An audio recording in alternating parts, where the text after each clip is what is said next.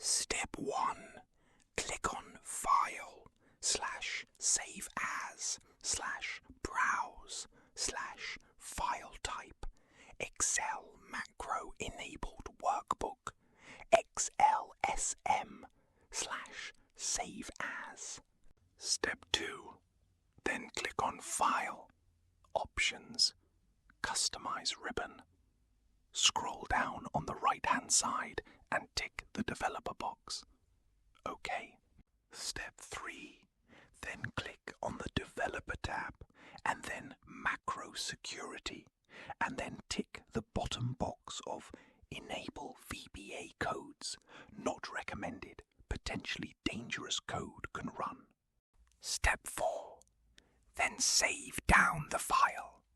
Then close the file. And then reopen. Step 5. Then go on to Visual Basic. And then Insert /Module. Then paste in the code which is in the description.